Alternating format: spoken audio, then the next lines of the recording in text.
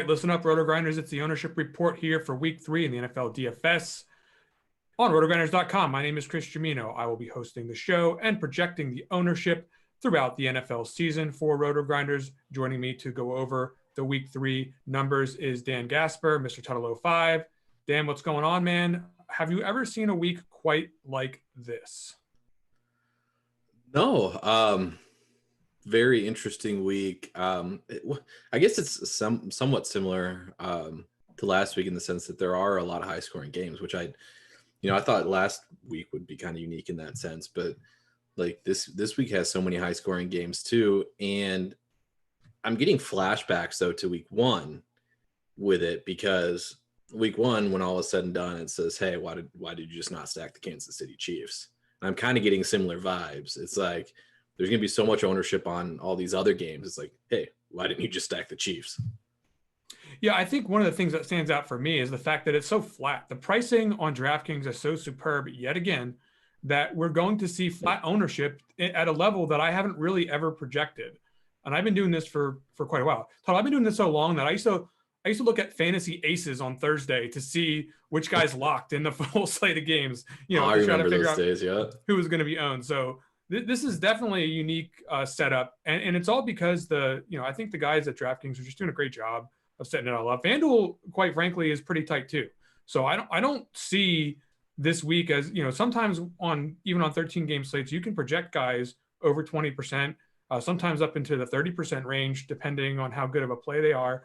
And I just don't think we're seeing too many guys that fit that description this week, especially when you factor in full roster context and stacking and all those sorts of things. So let's start by talking about DraftKings at the quarterback position, where I have Lamar Jackson as the highest projected quarterback at the moment. Now, it's one of those weeks where I'm not exactly sure whether this situation where he should be the highest play will actually yield him being the highest owned guy, just because of the way that people like to play tournaments with stacks. People do like the environment in the Los Angeles Tampa Bay game. People do like what Kyler Murray's been doing this season. And then if you're playing the price game, I really didn't know how aggressive to get with somebody like Justin Fields, who's just 5.2 on DraftKings. And then again, the list goes on. Let's talk about Lamar specifically. How do you think his ownership is going to shake out here? Do you think that, the fact that he is pretty clearly the best play on the slate from most people's perspective is going to yield him being the highest owned? It's a lot harder on DraftKings, which is kind of where we're focusing this discussion right now, because Lamar Jackson easily is going to be chalk on FanDuel. Completely different story there with some of the lineup construction tidbits, and Saquon Barkley being way too cheap kind of frees up cap elsewhere. DraftKings, though, I think it's accurate to project him as the highest owned. I would not be surprised if he is not the highest owned. And like you said, it, and which is what we currently have projected, it's going to be very flat. We have top 5, top 6 guys all above 7% and 7 to that 10% range. Nobody's screaming is extreme chalk. And I think that's the accurate way to project it. Is we don't want, none of these guys are going to come in at extreme ownership, which then it's like, hey, it's the QB position, play the stacks you want type of thing. Yeah. So looking at his ownership if it's 10%, right? Let's just say, it's going to be 10%. This is a situation where they're playing the Lions indoors, and the Lions are not very good on defense. Lamar really doesn't have too many other offensive weapons to rely on. So he's certainly going to rely on his own arms and legs a great deal to try to carry this team to victory here. Meanwhile, their defense is struggling with injuries and illnesses. So there's going to be a situation here where I do think there's going to be some points on the board in this game. And I think taking an overweight position on Lamar probably merits a lot of at least consideration here on this slate for a guy who is projecting as the best play, not getting all that much ownership. Now, a guy like Stafford is one of the guys I think could overtake him in ownership if you start to see people gravitating towards this game. You've got a popular receiver pairing here. Everyone loves Cooper Kupp these days, and rightfully so. But what's the deal with Stafford? How are you going to treat him in ownership in terms of your personal exposure here this week? Is he a guy you're going to be leaning on, let's say in like a 3-max tournament, just given how he'll be towards the top of the list in ownership? Yes, I am fine playing him, but it's also because I'm fine trying to get unique with the rest of my lineup. Like I love Tyler Higbee this week. Higbee's going to be owned, but he's not going to be Cooper Kupp or Robert Woods owned. I love Tyler Higbee this week. So even just like double stacking with Higbee and Woods over Kupp or something like that. But I think what you said is exactly why his ownership will be driven up to potentially the highest on the slate. People will have Kupp. People will have Woods on FanDuel is extremely cheap. He's cheap on DraftKings too. And it'll kind of drive people into playing Stafford. You brought it up a really good point, just running back to Lamar Jackson real quick. This could, like, Detroit's been kind of sneaky. Like, at least they're giving teams a run for their money. You mentioned it. This Baltimore defense is withered. Haven't looked all that great in the first couple of games, and now they're missing a bunch of guys. Like, this could be a kind of crazy, like an unexpected shootout. And Jackson's target tree, if you are stacking, is narrow. And you also have to remember, though, Marquise Brown's hobbled up. I think he's still technically listed as questionable. I assume he's going to play. But, like, you can get a Sammy Watkins, Lamar Jackson stack, which I hate touting Sammy Watkins, but you can get that for pretty low owned. Same goes for Mark Andrews. And the thing is with like Mark Andrews, the story has always been he hasn't been on the field a lot. He's been on the field a lot, but he's not producing this year. So just go back to the Lamar Jackson thing. I like that a lot. Yeah, and you look at the defenses here for the Rams and the Buccaneers. This game's going to command ownership. If you're going to look at one of those two spots, is it the Ravens, Lions that's going to have better defensive play potential, or is it going to be the Rams? And these are two of the higher rated teams in my power rankings right now defensively. So it's certainly going to be a situation where we're going to expect points here, no doubt. That's how it's going to project. But you look at the tournament range of outcomes, and I certainly see plenty of ways for that game to go a little sour, especially given the amount of ownership that's involved. Now, Kyler Murray against Jacksonville. If you just looked at the slate to start the week and said, okay, who's done well this year and who's got a great matchup, let's give the ownership to those guys. Kyler Murray is certainly in the top 2 or 3 this week there. Problem is he's really expensive here. So at 8.3, do you expect him to get more ownership than this 8% that we've currently got on the board? I do not. You mentioned he's expensive. He's expensive to pair, although Hopkins cropped up on the injury list too. So perhaps if Hopkins if Hopkins is unable to suit up, well, I guess if he dies too. But if he's unable to go, if he dies, you cannot play him. Yeah, you cannot play him. But if he's inactive Sunday, that would, in my opinion, I guess, drive Murray's ownership up a little bit, right? Because then he becomes easier to stack with Rondale Moore, AJ Green, Christian Kirk, and it becomes a much cheaper stack that's easily attainable. So that is worth something to keep an eye on. But yeah, I mean, where we have him projected now, I agree with it. If you like advice like don't play this guy if he dies, if he's dead, please like and subscribe to this podcast here on Rotogrinders on YouTube, or get over to the podcast feed, and that's where you can get more great don't play dead guys takes on the RG podcast feed. It actually is full of great information, guys. So please do give us a little bit of help here. Go subscribe to those things, and once again, enjoy some great content we're putting out for free on those channels. Now, let's talk about Justin Fields. He is going to be an interesting case study here at 5.2 against Cleveland. Tougher matchup, but a rushing quarterback. We do like those guys in DFS. We do like cheap price tags on a slate that's priced tight. We do find some stacking partners that are interesting here with Justin Fields. The passing yards prop, not very high on him. So if we're getting it done, we're at least in the projections, we're expecting to get it done with the legs. How are you treating Fields here? I think this is a spot to, if you're playing a lot of lineups, you certainly want to get involved here. If you're playing just a couple of lineups, I think that's a bigger question. How do you treat Justin Fields, let's say in the 3 max contest? Is he going to make at least the player pool of consideration? Of consideration, yes. I think he's by far the most interesting guy from a projected ownership perspective on this slate, or at least quarterback, because it's like all the projections I've seen rightfully don't really like him, right? Like the offense is still not going to be that great. Even from a point per dollar perspective, I was assuming he would pop more, but like somebody like Daniel Jones is actually showing up as a better point per dollar play in a lot of places. So from we have our little DFS circle, right? So we see this information and it's like, we see that should drive his ownership down, you would assume. But is the general public going to come in here and see, hey, 5,200 Justin Fields, first start, guy can run, doesn't even necessarily have to throw the ball, can get it done with his feet. And that should drive his ownership back up a little bit. If you're just going by like the whole projections, like I would X him. If you trust projections, I would kind of X him out of my pool, assuming that he will see, top 5 ownership on this slate. Yeah, I think the problem with putting the X button on him is, could you see 100 yards rushing for this particular player? I think the answer is definitely a yes on that. It's not likely, but it's certainly something he has in the range. And could you see 2 rushing touchdowns, once again, in the range? So I think this is a situation where you look at the ownership not being that high, and he's definitely somebody that I would want to be getting more involved with in these big millionaire maker type tournaments. Again, there are lots of great options on this slate, but he's certainly somebody who, if you don't get on him now and he ends up having the big game, I don't think we're ever going to see 5.2 again for Justin Fields. Okay, let's talk about Josh Allen and Patrick Mahomes. Quick question for you on that, though. If you're playing Fields, are you assuming the majority of people that are playing him are stacking him? And do you then have a stance on, I do not want to stack him? I think if you're playing large field tournaments, like we just talked about, we should be assuming that there's at least one stacking partner there most of the time.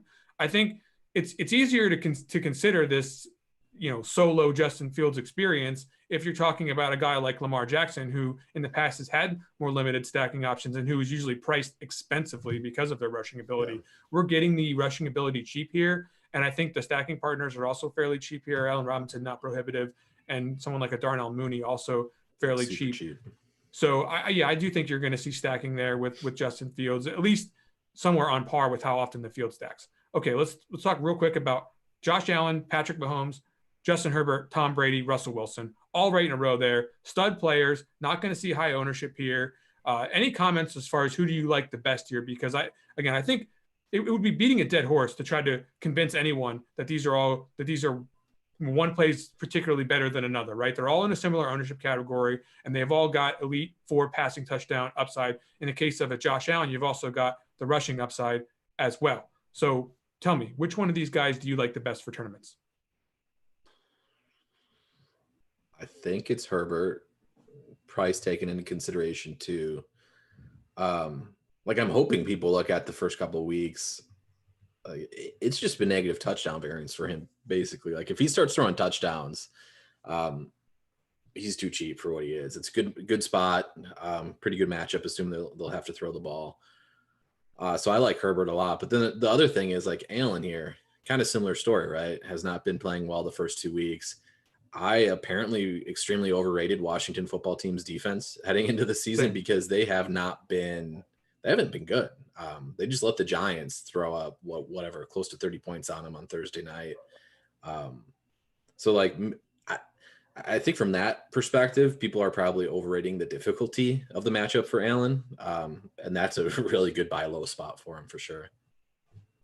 Yeah, I think Allen is definitely going to be on the list. This game in general, if I'm looking to just get an extremely low owned situation compared to the upside, I think, your double stack with Josh Allen and a bring back on the Washington side is certainly going to be high on the list for me as far as, it's at least going to be in the player pool here as I go to make my teams coming into Sunday. I think it goes without saying you play Patrick Mahomes when he's 7% owned, but I really do think that this is a situation where there's another player on the Chiefs that I'm sort of intrigued by that we're going to have a discussion on very, very quickly that I'm more interested in than Patrick, even though I think that, again, you can play him every time he plays for the rest of his career pretty much.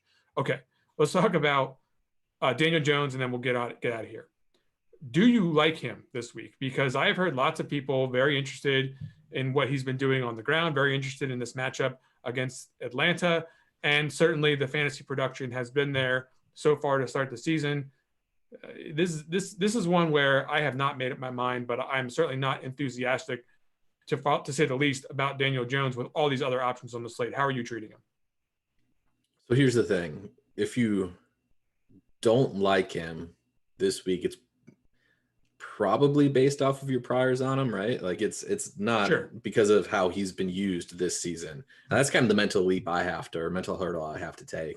And I don't know if I can take that hurdle just like you. Like we've seen so much sample of him just be a very meh quarterback. But the reality is they are using him as a runner more, which is excellent. I would say like he's going to have ownership on DraftKings. I would say he's the more interesting play to me on FanDuel if you're into that sort of thing. Like, not saying he's a great play, but at least you're getting leverage off of Barkley there, right? Like Barkley is going to be one of the highest owned players on FanDuel. So at least if you're playing Daniel Jones, like on FanDuel, you're getting some leverage off of him. Yeah, that makes a lot of sense to me. And I think that that's probably, if I was going to get exposure to Daniel Jones, I'd want to do it where there was both a combination of that leverage. And I think the ownership might be a little bit less there, where you don't quite need the salary relief to make a robust lineup as much on FanDuel, even though it's still pretty tight over there. It's still a little bit tighter on DraftKings. Okay, Tuttle. If you are looking to get some action against some RG personalities this week, please go over and sign up for the DFS OGs League. If you're playing on FanDuel especially, because that's where we're going to do this, you want to sign up for the league, get in there and compete against Beer Makers Fan, Head Chopper, Noto, and kick their asses. All right, let's get into, by the way, you can find that link on the Rotogrinders homepage. Let's talk about running back here. I didn't know who the hell to project at the top of running back, Todd. I'll be honest with you. It stinks this week. Derrick Henry is a guy that we were talking about last week on the low-owned pick segment. Went ahead and put up 48 or something ridiculous like that.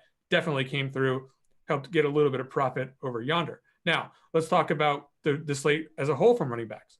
You know, we don't really have any studs aside from Derrick Henry. Dalvin Cook is questionable. We have someone like Alvin Kamara with a questionable situation there in New Orleans. So that's almost for sure going to leave Henry as the preferred expensive option on DraftKings, a full PPR site.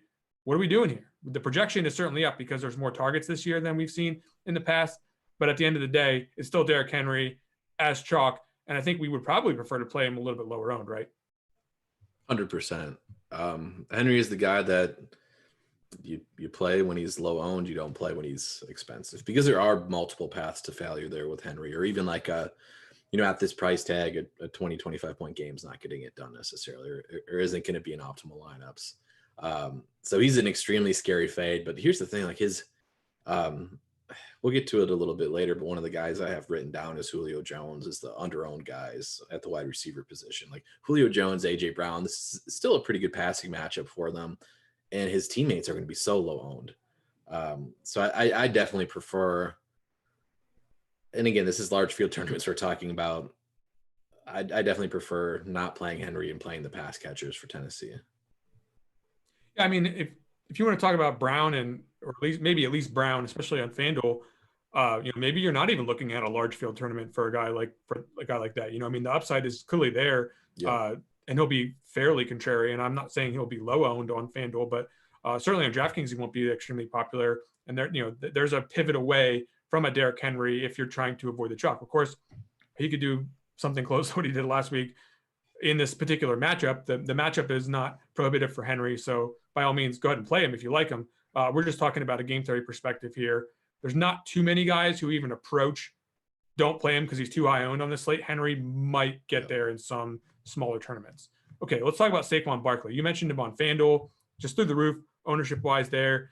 He's underpriced at $6,000. Just go ahead and get him into your optimal builds over there. Now on DraftKings at 6.5, I think there's some pivots that you need to strongly consider before you just automatically plug Barkley in there. I think you can still use him in your most optimal build, but how are we treating him in tournaments? This is a situation where it's not too high owned for me to be scared by the ownership, but at the end of the day, this is a weak slate, and I do want to try to find some of the lowest owned options possible in these tournaments to get away from these super chalky guys. Yeah, so I'm actually very eager to see what his ownership is on DraftKings specifically. I think easily he's going to be chalk on FanDuel. But I've taken a look at some projection systems, ours included, and I personally think he's probably being underprojected. We saw him on a short week. They ramped him up to 84% of the team snaps, 15 of 20 backfield touches for the Giants. Now has a longer week to rest and recover. Good matchup for him. I think some systems out there are projecting him more similarly to week one, where he saw less or fewer touches. Like, you can't project him this way, but I would not be surprised if he turns in like a bell cow 20 plus touch performance this week. And that's something I'm extremely interested in, no matter the ownership, basically.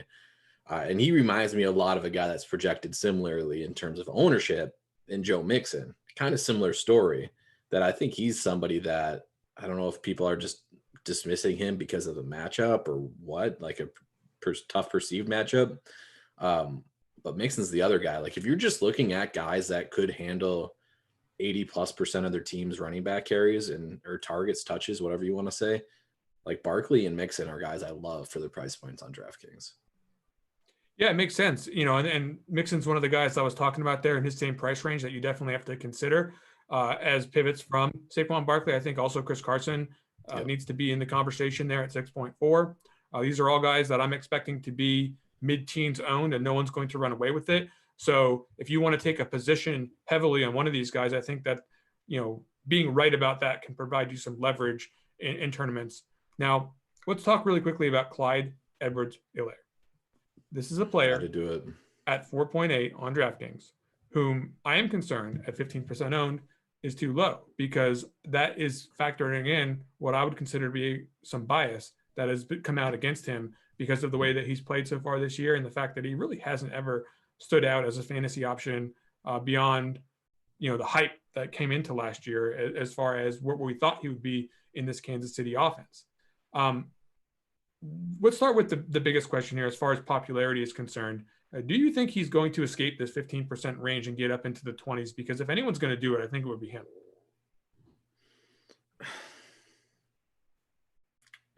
No, I do not think he will.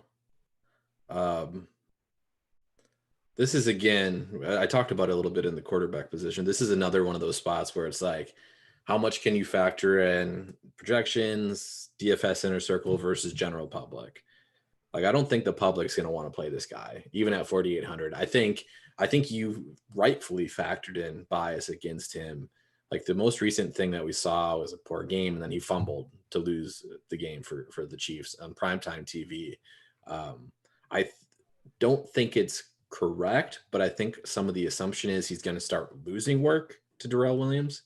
And again, I don't necessarily think that's, bound to happen.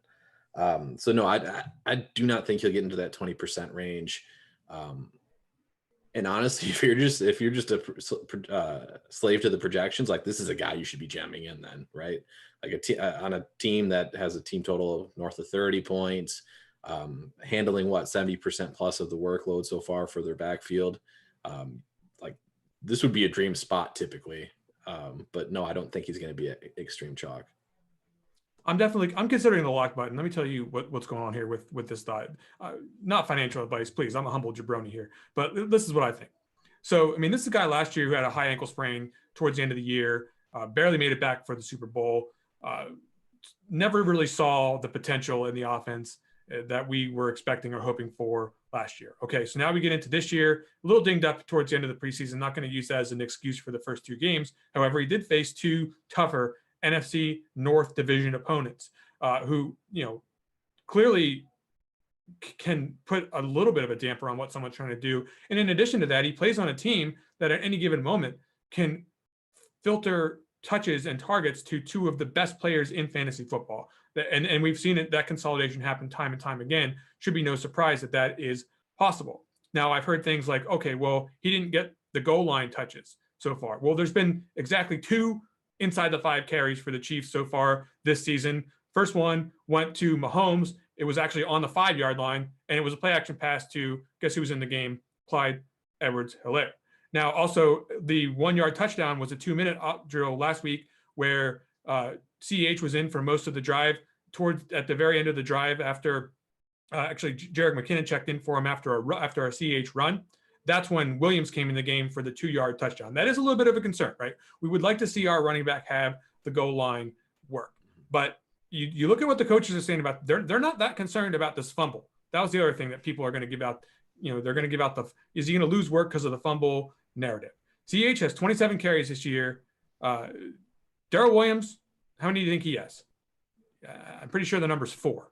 So, majority of the rushing workload in week 1, he had all of the targets, or at least he had 3 targets in week number 1. Last week, neither Williams nor CEH had any targets. So all this concern about what his role in the offense is fabricated to me. So if you can project him, I think, what do we have him projected for total? We have 60%, I think, of rushing, which is lower than what he's gotten so far this year. We have 9% of targets, which is fair for him, and he projects as a smash. And he's going to be 15% owned. Okay, yep, sign me up. Give me as much CEH as I can get. That's the way I see it. I don't know if you hate this take or not. That's how I'm going to roll with it. All right. No, I mean, honestly, that's what you should do. I don't know if I'll do it myself, but that's 100% what you should do. Yes. Eckler is 7.2. Now, Eckler is the guy we want CH to be, and he's actually going to be in the game where if we expect Kansas City to put up some offense, I just love Eckler too. Talk about him. I don't know. I don't know what to do here. Like I just want to like gush. I mean, these might be my 2 favorite backs on the week. See, this is my problem with lock buttoning CEH. I love Eckler, and I love the 2 guys I mentioned before with Barkley and Mixon, just because I think the workloads are so good. But yeah, Eckler, we saw he's not going to get passing down work after week 1. I don't have the numbers in front of me. Got a lot of passing work in week 2. Like this is how you attack the opposing the Chiefs though too, right? They let you run on them. That's kind of the blueprint is you hand the ball off. So we got a guy that's going to get passing work if they fall too far behind, and he's going to get the rushing work if they start, are playing with a little bit of a lead. I love Eckler too. I was kind of hoping his price was a tad bit cheaper because Keenan Allen is super cheap in my opinion, on DraftKings for what he is too. He's only 6,600. But I will also say, if you're stacking this game, like Eckler, CEH, Mecole Hardman, Keenan Allen, that's a pretty cost-effective stack to one of the highest scoring games on the slate. For sure. And again, can't get enough of these pass catching guys. Well, I guess it remains to be seen if CH is a pass catching guy, but the game environment is there. Lots of boxes checked here for these 2 backs. And I'm interested quite a bit to make some tournament lineups that include them. Okay, so let's run through just a couple of the top 10% plus guys. First, starting with Kamara. Do you think he's actually going to even get to 10%? Because that was a concern of mine, is that 10% is too high. He's 8,200. There's not really that many other options on the slate. So at the end of the day, it ended up that he got to the 10% mark just barely. Where would you have him? Do you think that people are just really just not going to play him at all? Yeah, I would take under. Wow. But I don't know. So, it's like have people but at that case, like if he's under 10%, you should probably play this guy then, right? God, I think so. I mean, everyone's going to say, well, Belichick's going to take away their best weapon, blah blah blah. Right, blah blah blah. But which is true. I mean, name their second best weapon. People thought it was Marquez Callaway. I can tell you, it seriously might be Juwan Johnson or something. Like, I mean, like there's no. I mean, I'm half kidding, but at the same time, am I? Like, they don't have anybody else here, so it is definitely very troubling to even project Kamara where we haven't projected is a bit of a risk, because the Patriots are pretty good on defense. They're certainly going to focus on him as far as the way that they designed their scheme.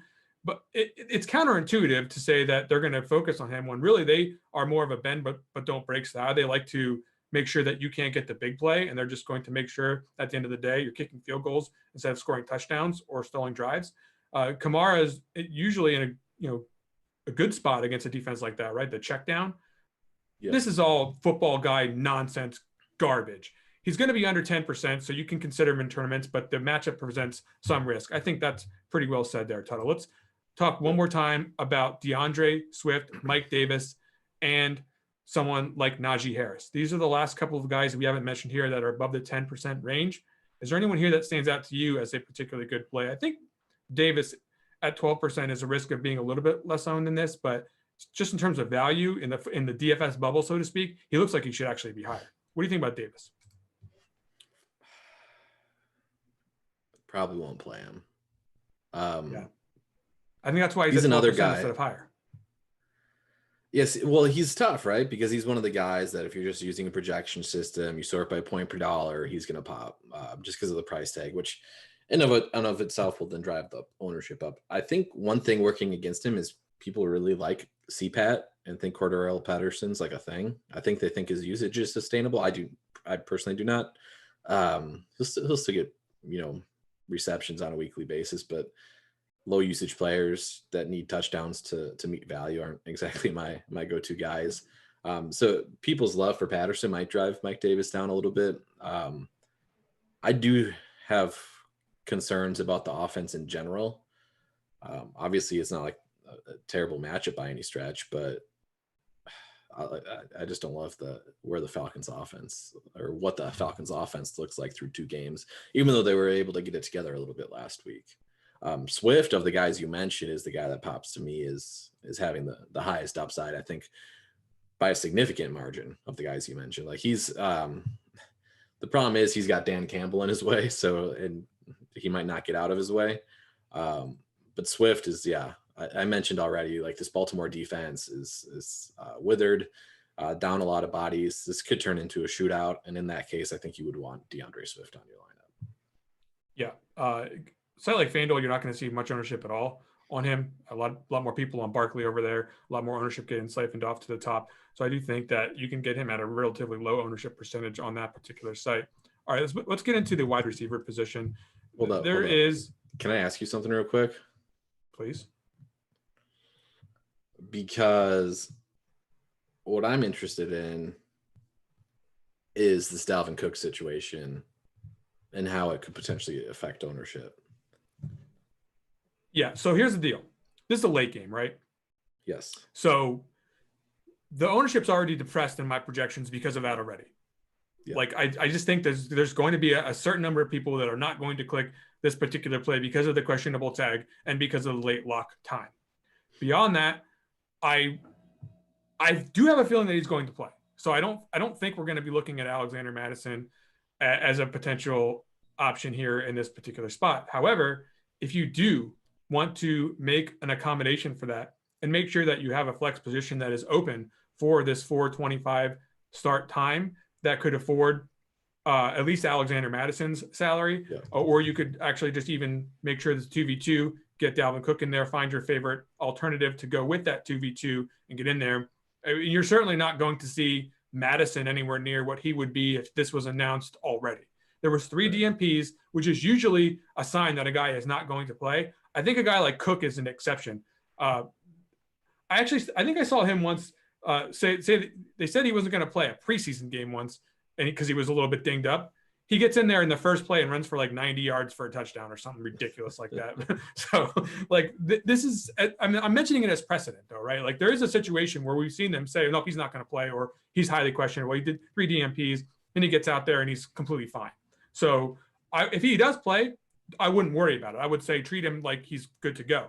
If he is in fact out, this is a situation where you want to have some 2v2s planned for that flex spot on DraftKings and FanDuel, so that you can take advantage of this ultra low owned Alexander Mattison comparative to what the value will be. Do you agree with this?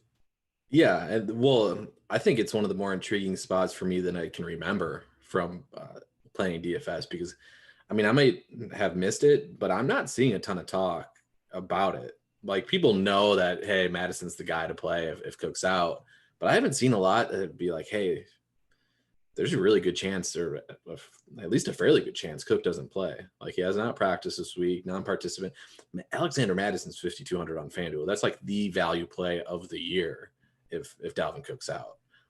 DraftKings priced him up a little better at 6K, but still, you're probably looking like they don't have another active back on the active roster right now. They'll have to call Amir Abdullah up off the practice squad.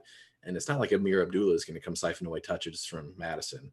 So again, we're looking at a guy that's going to handle 80% of the backfield touches on a team that's projected to score a decent amount of points. So yeah, I think more people should be looking into playing Madison, or at least, like you said, having those swaps ready to get him into your lineups. There's definitely some people out there who played Alexander Madison on Alexander Madison chalk week last week who are just getting the flashbacks right now. They're getting the PTSD. He did bust in a situation like this last year, but I would not let that deter you if the situation comes to fruition again. Okay, so Cooper Kupp, Chris Godwin, 2 most popular wide receivers on DraftKings. I think it'll be something very close to that on FanDuel 2 Tuttle. If you are going to prop up on Thrive Fantasy, how would you feel about someone like a Chris Godwin's prop? This is a situation where we were looking at these props on Thrive before the show Tuttle, and he really kind of stands out as a guy whose prop was actually pretty high, and we still like the over. Yeah, so I asked you because you have all the projections in front of you. I'm like, hey, this Godwin one seems a little high, but like he's gonna smash this week. They currently have him listed at 71.5 yards for his receiving prop. You informed me that we have him around 80 yards reception. Yeah, we're yards. Certainly on the over there. Yeah, so love the over here. Antonio Brown expected out. We should see a more narrow target tree. Like, don't steal all these targets, Gronk. Don't do it to me. Just don't. 3 weeks in a row, you can't do it. Godwin and Evans should see the majority of these targets. If you're into the whole cornerback matchup thing, the speculation is Jalen Ramsey will spend more time on Mike Evans than anybody else, which again, like that's good news for Godwin. Could see a lot of targets, should see a lot of yards as well. So yeah, I love the over on Thrive Fantasy. I can hear some people out there. What the hell is Thrive Fantasy, Tuttle? Tuttle, let's tell the people. It's a daily fantasy and esports app for player props. With Thrive, you can eliminate the countless, and trust me, when it comes to me, it's countless hours of research and focus on other guys, and you can only focus on the top tier guys there. They're just basically just giving you the props for the studs. You can choose 10 out of their 20 available player props to build your lineup over there. Each prop is assigned a fantasy value for the over and the under, and given odds for how likely it is to hit the most props and rack up the most points to win your share of the prize pool. Use promo code Grinders when you go sign up there, and you'll receive 100% instant first deposit match up to $250 plus a free entry into their featured $50K NFL contest. Go to Thrive Fantasy in the App Store or the Google Play Store, get the app, go to the website, thrivefantasy.com, sign up, and prop up today. Speaking of prop up, guys like Cooper Kupp and Robert Woods are going to have props that are going to be heavily bet towards the over this week because they were liking what the Tampa Bay defense does to funnel the passing game. They say, do not run the ball. Please throw 40, 50 times a game against us. I don't see how you look at the consolidation here for Woods and Kupp and get dissuaded. I mean, the projections I currently have are 35% total. Is that even enough? I mean, should this be higher? I mean, we know the target volume is going to be there, right? Yeah. And that's the issue with guys like this that are projected to be high owned, but they're just really good plays. And it's trying to figure out how to handle these guys, which is the toughest thing for me on a weekly basis because Cooper Kupp's going to be the highest owned guy on the slate, but man, he's a really good play. And you look at trying to think of ways around that. Like I said earlier, you can stack Stafford with Woods and Higbee, but it's like, if you look at matchups and the matchup perspective from this, like the Bucs have been funneling slot targets or interior targets, which again makes me like Higbee a lot, but it also makes me like Kupp. But the other thing is too, like McVay is smart enough to get the guy he wants the ball to go to open. So I'm also not all that worried about individual matchups when it comes to Cooper Kupp. I'm going to have a lot of them. I'll have plenty. On FanDuel, it's a little bit different of a question. You don't get the full PPR. He's 7,900 there. It's more of a thought on FanDuel. On DraftKings, 6,800, he's very difficult to pass up. Yeah, I earlier in the show I said, maybe, hey, that game certainly is one that you could consider taking a little bit of an underweight stance on just because of the potential odds for the defenses to outperform what people expect. But it's difficult on a full PPR site to look at these two guys and start to get dissuaded with their particular upside here. The prices aren't very high. The target projections are huge comparative to the rest of the slate. And look at the value just on a point per dollar is just, I think, huge for a guy like Kupp and even for a guy like Woods. A guy that seems like a complete fade, easiest fade in my lifetime is KJ Osborne. Is he really going to be 15% owned total? I do not think so. And I think I think it's because we don't have Christian McCaffrey that we're trying to jam in on the slate. We have Derrick Henry, obviously, but I think in general, you're just looking at more balanced builds here. We talked about Lamar Jackson's ownership on DraftKings. I think it will be fairly low because, again, people are going to be looking at a 6K quarterback. Like, people are just sticking in the 6K across the board, across their lineups, where I don't think Osborne will come in at 15% owned. You do have to save on salary. Performance, he probably should be. You do have to save salary someplace, though, right? So where does this salary savings go? Like, is there, especially at the receiver spot, right? Because I'm projecting a ton of wide receiver ownership across the suite of daily fantasy sites this week. The running back position is fairly weak. I do think that salary savings will, we're going to get mid-tier options at the running back position mostly, except for a guy like maybe CEH. And then you're probably going to get salary savings that has to come somewhere at the wide receiver position. So is it Tyler Boyd at 4,700, with no T. Higgins in the lineup? Are we going down further to like Marvin Jones? There's not a ton of cheap guys. I mean, are we going to, I certainly not in like cash. You're not going to play like a Mecole Hardman, but in tournaments, maybe the 3.9 for Mecole Hardman is someplace that people turn. Like, where is the salary savings going to come? Or is it strictly going to be mid-tier across the board again in week number 3? See, that's where I slightly disagree with you, because I do think it's just going to be mid-tier across the board. Okay. I think salary savings, if salary savings comes, this could be a point to your Clyde Edwards-Helaire ownership potentially hitting that 20% mark. Because if salary savings comes, I think it would come at one running back slot. You throw Stafford in, you throw CEH in, you throw Godwin in, you throw Kupp in, everybody's basic shell lineup that they're starting with, and you're still left with 6,600 per position. And there's just so many good 6 to 7K receivers on this slate, and then 5,700 if you throw Woods in there. That I think it is just going to be a mid-tier build.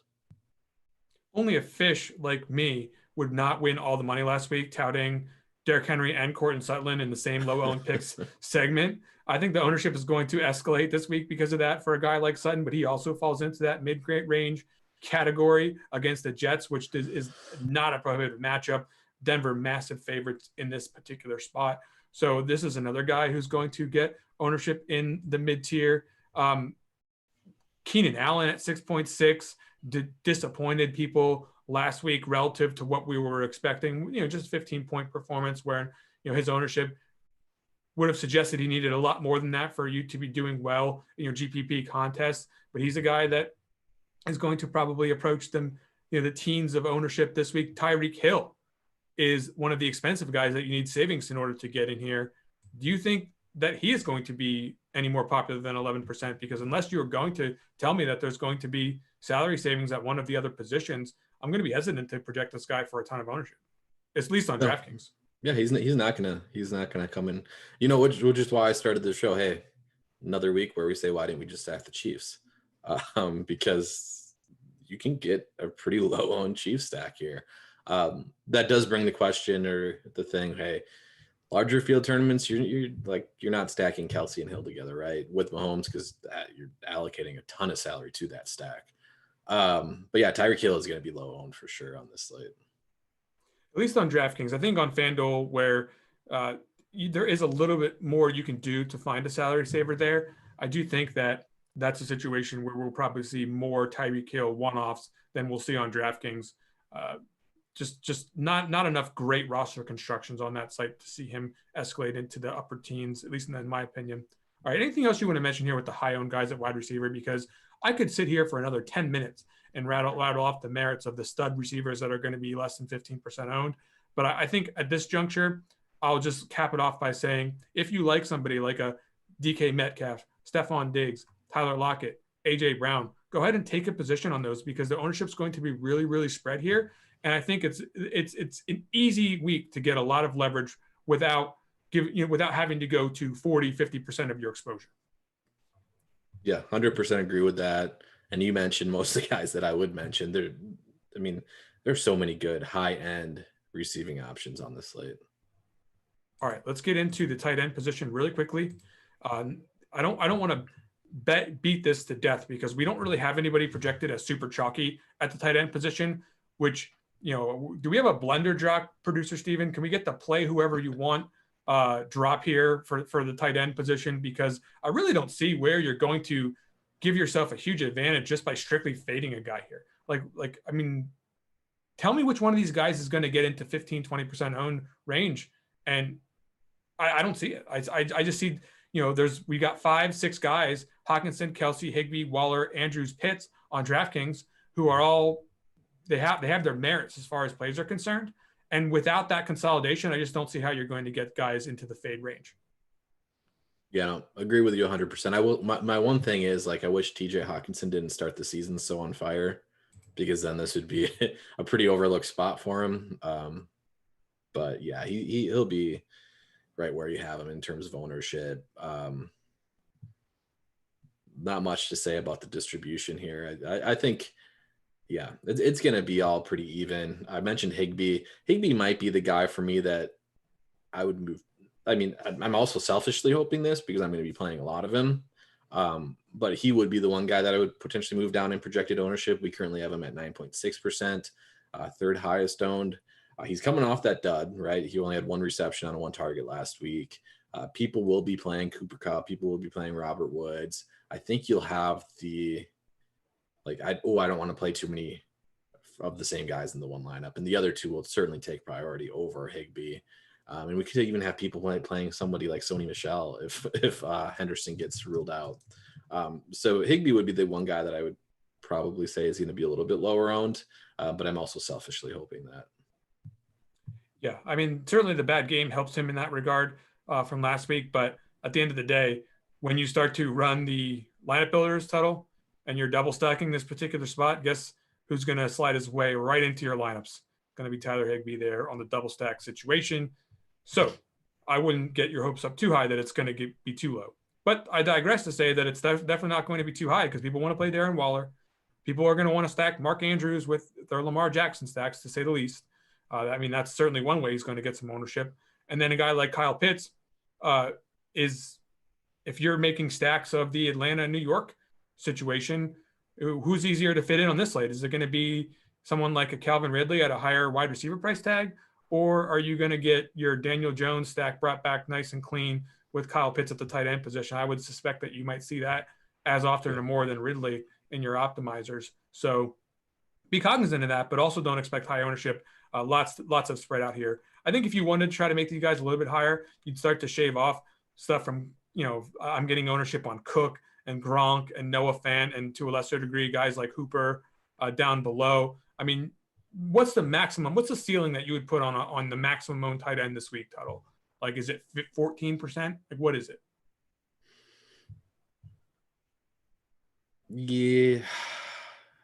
Yeah. Especially on DraftKings, it's so hard to see any of these other guys pop. FanDuel, you'll see much more concentration between Kelsey and Waller, but DK for sure, 15% top.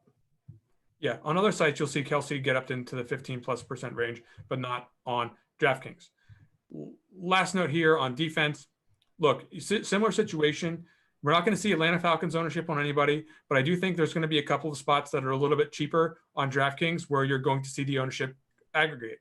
On FanDuel, it's a little bit different story. You can afford some more expensive defenses over there, so you'll see the better plays like the Denver Broncos start to pop up on FanDuel. I don't think we're going to get the ownership here. Yeah, they're definitely the highest owned defense over there on FanDuel, but on DraftKings, because the pricing is so tight, you're going to see the Cardinals, Titans, Bengals, and Browns, in my estimation, as for the higher owned defenses here. Is there anyone else down lower on this list that should be projected for more? I couldn't make a case for it in my numbers. Nope. And I was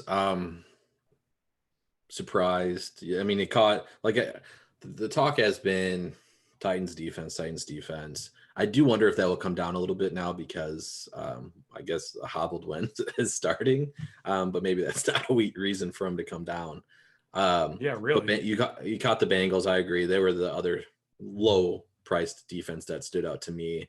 But yeah, I think it's kind of always the case though on DraftKings, like fade some of these cheaper defenses and pay up, because that's not the common lineup construction at all.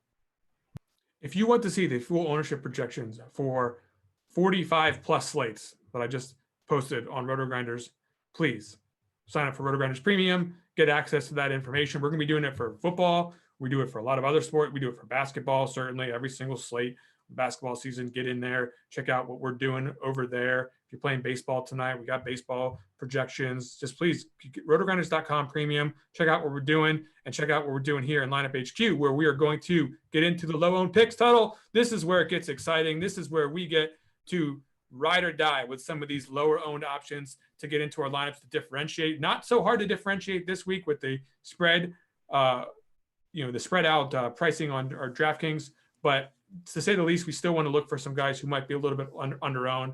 Who would you pick at the quarterback position if you were looking to try to get a little bit further down the list? Yeah, so I get two guys listed here, same game. Russ Wilson, Kirk Cousins. Wilson, I mean, is an excellent play. The biggest concern here is that the Seahawks actually push the ball and get more aggressive in play calling. But I think this game is a shootout potential. Obviously, Cousins is a top 10 fantasy quarterback through the first 2 weeks. He might be forced to throw the ball even more if Dalvin Cook is hobbled or inactive. So I like both passing attacks from this game, and both are looking like they'll come in pretty low owned. I think those are both excellent options. If I maybe would have picked one of those two guys if I didn't know you were going there, but let's go ahead and take a look at someone a little bit scrubbier if we really want to get down dirty. This is usually your job, Tuttle, but I'm going to go ahead and run back one of the guys you said earlier this year. Trevor Lawrence really hasn't shown us much so far. The Jaguars stink, but if they're going to get pounded here by the Cardinals, which is very likely, at least on the defensive side of the ball, we should expect offense for the Cardinals. I think there's a good chance that you could make some pretty cost-efficient stacks with the Jaguars that have a chance to do something. I'm not saying that the Cardinals defense doesn't have a chance to be a good defense for you, but they're going to be the chalk. You'll get some leverage on that if Lawrence goes off. And you got a situation where there's some cheap pass catching options to go with Lawrence, where there's some theoretical upside if he's the player that we think he is. So let's go ahead and maybe take that into the millionaire maker and try to get something done. Let's talk about the running back position, Tuttle. Do you have anybody here that's low owned that you might be finding attractive for this slate? Well, let's why not start this segment by just touting the Jaguars again, right? Let's tout a little James Robinson. Oh no. Oh, God. So here's the thing. I'm with you, but I just can't stand James Robinson. Go ahead. Well, what? He was extreme chalk week 1 because of what we thought was going to be a huge role on this offense. Obviously, the matchup was good. Went to be not chalk in week 2, rightfully so. Ended up having pretty much the role that we thought he was going to have heading into the season, and now he's going to be low owned again. Doesn't necessarily add up. I'm hoping people are slow to the fact that he dominated backfield touches last week. Carlos Hyde dropped from 11 touches in week 1 to 2 touches in week 2. Robinson is clearly the guy that you want if this game turns into a shootout because he is the pass catching back. So he has plenty of receiving upside. We have him projected at 3.8% ownership on DraftKings. I think he's an excellent play at that ownership. How dare you leverage me with the very next pick? That just dastardly move. Okay, you can stack them together. You can pair them together. Forget it, not me. Okay, let's talk about. I get it though, Toto. I think that's actually a really 4% owned. There's certainly some upside there, even though again I just have a little bit of a bias issue there with James Robinson. I don't really love any of these running backs, so I'm not going to pretend like I do. If Jonathan Taylor is going to be 6% owned, I mean that's a situation where where's a 2 touchdown upside guy that could get it done. Certainly, Jonathan Taylor is going to be somebody who could give you tournament winning upside without much ownership. Let's get into the wide receiver position. I think there's a lot more to talk about there. Give me somebody juicy, Tuttle. Get the people excited. How are we winning this thing? Well, I mentioned Julio Jones earlier. Yes. Do like him. Do like AJ Brown. Julio projects at lower ownership. So to go with the segment theme of 5% or less, Julio Jones would be the guy. And I also mentioned this one I hate touting, but I think he's actually a good play this week. And I hate to say it, Sammy Watkins. I really do think he's I wish he was a little bit cheaper. I foresee 100-yard plus a touchdown performance out of it this week. That's nice. I like the contrast there. You get Julio Jones, who, look, we saw last week, he scored the touchdown. Damn it. Well, they're taking it away from us, Tuttle. Yep. Should have had a big week last week, but certainly showed us that he's not quote unquote washed. Sammy Watkins, people think he's washed too. Tuttle, not so fast. saying we got the Detroit Lions this week. We got a situation where we got the chalk quarterback who's not really getting paired all that often with one of his top wide receivers. Makes some sense to me. Now, I've got 3 wide receivers for you, Tuttle. How about that? First, Let's see it. DJ Chark to go with my quarterback. This guy is being projected everywhere behind Marvin Jones, being projected behind Laviska Shenault in some cases. However, big plays come for a guy like Chark more often than those other 2 guys. I probably don't need to explain why big plays are good for DFS. And if he happens to get a little bit of target volume to go with that in this situation, you're going to have a 2% owned guy who's got 20 plus point upside, could get to the mark that we need to win the tournament pretty, I wouldn't say easily, but certainly more often than is going to be implied by this 2% ownership. So that's why I like him. Terry McLaurin is 6 point. Do you remember Terry McLaurin from last week, Tuttle? Terry. 27 fantasy points, and everyone forgot about him. It was too long. It was 10 days ago. Everyone forgot. He's going to play in the Bills. Guess what happens if the Bills start to score some points, Tuttle? We are going to get some passing from Taylor Heineke and the Washington football team. McLaurin, the number 1 option in that scenario, not particularly price prohibitive. Give me Terry McLaurin in those stacks especially. And then finally, I just want to drop a guy that nobody gives a shit about. It's Nelson Aguilera at 4.6. He is certainly not somebody that we should really just jump out of our chairs to go grab, but he's going to be 1% owned. And how many guys on the slate can you say, okay, if he's not the number 1 option on the team, at least give me that he's the number 1 deep threat on the Patriots, right? Yeah. And we give me that the Saints are somewhat fairly adept at defense at stopping the run, which is what I think the Patriots would prefer to do. If they turn to the passing game in this particular spot at 1% owned, Aguilar is both cheap and high upside and could give you a major advantage if he happens to get like a 25-point game, which I do think is on the table for him. It's not certainly very likely, but that's not how you win tournaments with the likely outcomes. This is the exact take I had last week, so I can't bash it because I played him at 1% owned and it did not work out, but I can't bash it. Had the exact. We got 7 targets week 1, Tuttle. So, I mean, give me 7 targets this week for 4,600, especially if a couple of them are down the field, and I'll be pretty happy with that decision. Okay. Anybody else here at the wide receiver position before we go to the tight ends? No. Tight end position, as we noted, very spread out. I'm just going to lead off with one here real quick. If you don't play Terry McLaurin, a guy like Logan Thomas is going to be extremely low owned at 4.7. He's too closely priced to those other guys. If you ask me if the workload potential is near those other guys, I would actually say yes, especially in the red zone. So are we excited about him in anything close to an optimal lineup? No. But if we're playing game stacks here, we certainly like him, and he's definitely going to be exceptionally contrarian. Any tight ends for us, Tuttle? This is the position I really had a tough time finding anybody I liked all that well. Give me who you're going to be overweight on at the top then.